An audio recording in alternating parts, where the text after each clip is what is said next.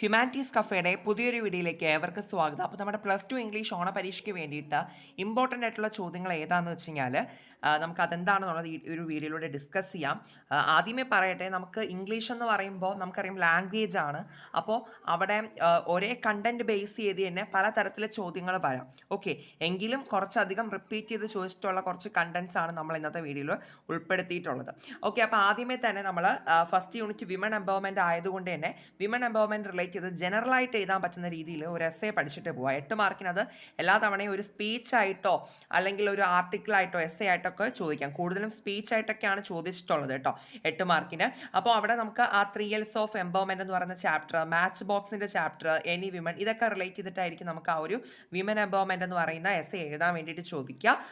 അപ്പോൾ നമ്മൾ എന്ത് ചെയ്യണം, ജനറൽ ആയിട്ടുള്ള കാര്യങ്ങൾ കൂടി നമ്മൾ പഠിച്ചിട്ട് പോകണം. അപ്പോൾ നിങ്ങൾക്ക് ചെയ്യാവുന്ന ഏറ്റവും നല്ലൊരു കാര്യമാണ് കോഡ്സുകൾ പഠിച്ചിട്ട് പോകുക എന്നുള്ളത്. കാരണം മിക്കവാറും സ്പീച്ചൊക്കെ ചോദിക്കുന്ന സമയത്ത് വിമൻ എംപവർമെൻറ്റ് റിലേറ്റ് ചെയ്ത് കോഡ്സ് ഒക്കെ ഉൾപ്പെടുത്തുകയാണെങ്കിൽ അത്രയും നല്ലതാണ്. ഓക്കെ, അപ്പോൾ എന്തായാലും എല്ലാവരും വിമൻ എംപവർമെൻറ്റ് റിലേറ്റ് ചെയ്തിട്ട് ജനറലായിട്ടും ചാപ്റ്റേഴ്സ് റിലേറ്റ് ചെയ്തൊക്കെയുള്ള കണ്ടന്റുകൾ പഠിച്ചിട്ട് പോകണം. ഓക്കെ അല്ലേ? ഇനി അടുത്ത നമ്മുടെ ഹൊറിഗല്ലുവിൻ്റെ ടൈറ്റിൽ, ഈ ഒരു ടൈറ്റിലിൻ്റെ സിഗ്നിഫിക്കൻസ് എഴുതാൻ വേണ്ടിയിട്ട് ചോദിച്ച് കണ്ടിട്ടുണ്ട്. എന്ന് പറയുമ്പോൾ ഹൊറിഗല്ലു ആക്ച്വലി എന്താണ് ഉദ്ദേശിക്കുന്നത്? ഹൊറിഗല്ലു എന്ന് പറയുമ്പോൾ ആ ഒരു ബെഞ്ചാണ്, സ്റ്റോൺ ബെഞ്ചാണ്, ആ ഒരു മീനിങ് അവിടെ വരണം.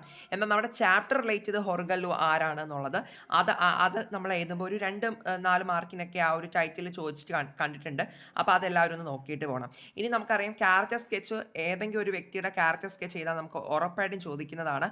അപ്പോൾ നമ്മൾ നോക്കേണ്ടത് നൊമിതയോ അല്ലെങ്കിൽ അജിത്ത് പിന്നെ ബാൽവിൻ, ഇവരെ 3 പേരെ നോക്കിയിട്ട് പോവുക. ഇതിൽ ഏതെങ്കിലും ഒന്നായിരിക്കും നമുക്ക് ചോദിക്കാൻ ചാൻസ് ഉള്ളത്. ഈ ബാൽവിനും നൊമിതയൊക്കെ വളരെ ഇമ്പോർട്ടൻ്റ് ആണ് കേട്ടോ. ഇതിൽ ഏത് വേണോ നമുക്ക് ചോദിക്കാൻ ചാൻസ് ഉണ്ട്. അപ്പോൾ ഈ 3 നമ്മൾ പഠിച്ചിട്ട് തന്നെ പോകണം. ഓക്കെ, ഇനി അടുത്ത നമ്മുടെ രത്നയും ഗ്രാൻഡ് ഫാദർ, നമുക്കറിയാം അവർ ഹ്യൂമൻ ഹൊറിഗല്ലൂസ് ആണ്. അവർ വളരെയധികം ഗ്രേറ്റ് ആയിട്ടുള്ള സോഷ്യൽ സർവീസ് ചെയ്യുന്നവരായിട്ടാണ് നമുക്ക് കാണാൻ പറ്റുന്നത് അല്ലേ. അപ്പോൾ അതനുസരിച്ച് ഹൊറിഗല്ലൂസിനെ പറ്റിയിട്ട്, അതായത് നമ്മുടെ സോഷ്യൽ സർവീസ് ചെയ്യുന്ന ആ ഒരു ലെവലിലൊക്കെ ആ ഒരു തീം ബേസ് ചെയ്തിട്ട് നമുക്ക് ചോദ്യങ്ങൾ വരാറുണ്ട്.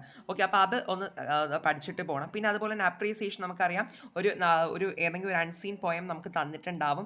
എന്നിട്ട് നമുക്ക് പഠിക്കാനുള്ള ഏതെങ്കിലും ഒരു പോയമായിട്ട് കമ്പയർ ചെയ്ത് എഴുതാൻ വേണ്ടി ചോദിക്കുക. അപ്പോൾ നമുക്കിപ്പോൾ ഉള്ളതിൽ എനി വിമണും മെൻറ്റിംഗ് വാളുമാണ്. ഇത് പബ്ലിക് എക്സാമിന് ഈ 2 പോയത്തിൽ നിന്ന് ഏതെങ്കിലുമൊക്കെയാണ് എപ്പോഴും സ്ഥിരമായിട്ട് ഇങ്ങനെ റിപ്പീറ്റായിട്ട് ചോദിച്ചുകൊണ്ടിരിക്കുന്നത്. ഓക്കെ, അപ്പോൾ ഇതിലേത് വേണോ വരാൻ കേട്ടോ. പ്രത്യേകിച്ചും എനി വിമൺ കുറച്ചുകൂടി സ്ട്രെസ് കൊടുത്ത് നോക്കിയിട്ട് പോകണം കേട്ടോ. രണ്ടും ഒന്ന് നോക്കിയിട്ട് പോവുക. ഇനി ഈ ഒരു മെൻറ്റിംഗ് വാൾ എന്ന് പറയുന്ന പോയത്തിൽ നിന്ന് 2 മാർക്കിന് സാധാരണ ചോദിക്കുന്ന ഒരു ചോദ്യമാണ് ഗുഡ് ഫെൻസേഴ്സ് മേക്ക് ഗുഡ് നെയ്ബേഴ്സ് എന്ന് പറഞ്ഞിട്ടൊരു ലൈൻ ഉണ്ടല്ലോ അതിനകത്ത് അല്ലേ.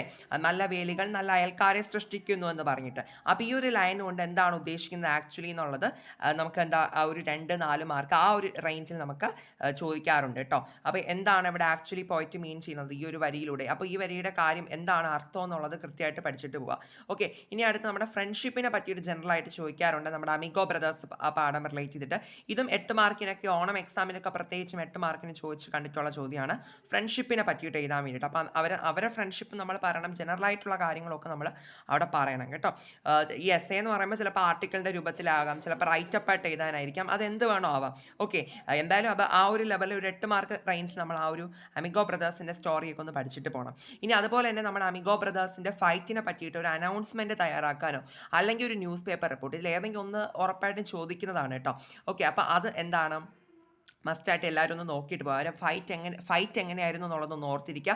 അപ്പോൾ അത് പഠിച്ചിട്ട് പോവുകയാണെങ്കിൽ ഉറപ്പായിട്ടും ഏതെങ്കിലും തരത്തിൽ നിങ്ങൾക്ക് എഴുതേണ്ടതായിട്ട് വരും. അപ്പോൾ അതൊന്ന് പഠിച്ചിട്ട് പോകണം. ഇനി നമ്മുടെ ഓണസ്റ്റി അല്ലേ, നമ്മുടെ അവർ ഓഫ് ട്രൂത്ത് റിലേറ്റ് ചെയ്ത് നമ്മുടെ മിസ്റ്റർ ബാൽവിൻ്റെ ആ ഒരു ഓണസ്റ്റി, ആ സത്യസന്ധതയെ പറ്റിയിട്ടൊക്കെ നമുക്കൊരു ഷോർട്ട് എസ്സേ ലെവലിൽ ചോദ്യങ്ങളൊക്കെ ചോദിക്കാറുണ്ട് 6 മാർക്കിനൊക്കെ. എന്തായാലും ആ ഒരു ചാപ്റ്റർ റിലേറ്റ് ചെയ്ത് അങ്ങനെയൊക്കെ ഉള്ള ചോദ്യങ്ങൾ, ഓണസ്റ്റി റിലേറ്റ് ചെയ്തുള്ള ചോദ്യങ്ങളൊക്കെ എന്ത് ചെയ്യുക, പഠിച്ചിട്ട് പോവുക.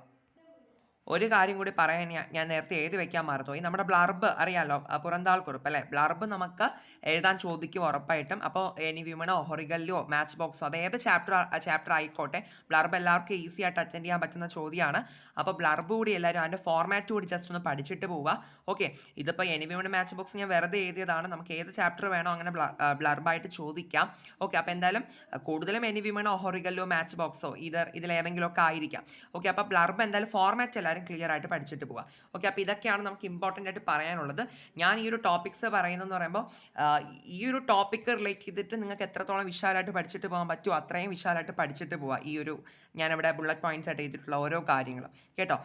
അങ്ങനെ പഠിച്ചിട്ട് പോവുകയാണെങ്കിൽ ഉറപ്പായിട്ടും എന്താ പറയുക, നമുക്കത് ഒരുപാട് ക്വസ്റ്റ്യൻസിലൊക്കെ നമുക്കത് അപ്ലൈ ചെയ്യാൻ പറ്റും. ഓക്കെ, അതായത് ഇപ്പോൾ ക്യാരക്ടർ സ്കെച്ചിൽ ഏതെങ്കിലും ഒരാളായിരിക്കും വരുന്നുണ്ടാവുക. ഓക്കെ, അപ്പോൾ ഇതിലിപ്പോൾ ബാൽവിനാണ് വരുന്നത്. അപ്പോൾ നൊമിത അജിത്തും പഠിച്ചത് വെറുതെ ആയിപ്പോയോ? വെറുതെ ആയിപ്പോയില്ല. കാരണം match box short story relate ചെയ്ത് വേറെ ഏതെങ്കിലും ഒരു ഷോർട്ട് എസ്സേ ആയിട്ട് ചോദ്യം ചോദിക്കാമല്ലോ. അപ്പോൾ അങ്ങനെയെങ്കിൽ നിങ്ങൾക്ക് ഈ പഠിക്കുന്ന പോയിന്റ്സ് ഒക്കെ അവിടെ അപ്ലൈ ചെയ്യാൻ പറ്റുമല്ലോ. ഓക്കെ, അതുകൊണ്ട് തന്നെ നിങ്ങൾ ഈ ഒരു ടോപ്പിക് റിലേറ്റ് ചെയ്ത് എക്സ്പാൻഡ് ചെയ്ത് പറ്റുന്ന അത്രയും മാക്സിമം പഠിച്ചിട്ട് പോവുക കേട്ടോ. ഓക്കെ, ഇനി എന്തെങ്കിലും ഡൗട്ട്സ് ഒക്കെ ഉണ്ടെങ്കിൽ ചോദിക്കുക. പിന്നെ അത് മാത്രം നമ്മുടെ ഫോർമാറ്റ് ഡിസ്കോഴ്സിൻ്റെ ഫോർമാറ്റൊക്കെ റിലേറ്റ് ചെയ്ത വീഡിയോസ് പറ്റുന്ന പോലെ അപ്ലോഡ് ചെയ്യാം കേട്ടോ. ഓക്കെ, കുറച്ച് തിരക്കുകൾ കാരണമാണ് ഈ വീഡിയോ ഇങ്ങനെ ലാഗായി പോകുന്നത്. ഓക്കെ, എന്തായാലും നമ്മൾ അപ്ലോഡ് ചെയ്യാൻ ശ്രമിക്കുന്നുണ്ട്. Okay, thank you.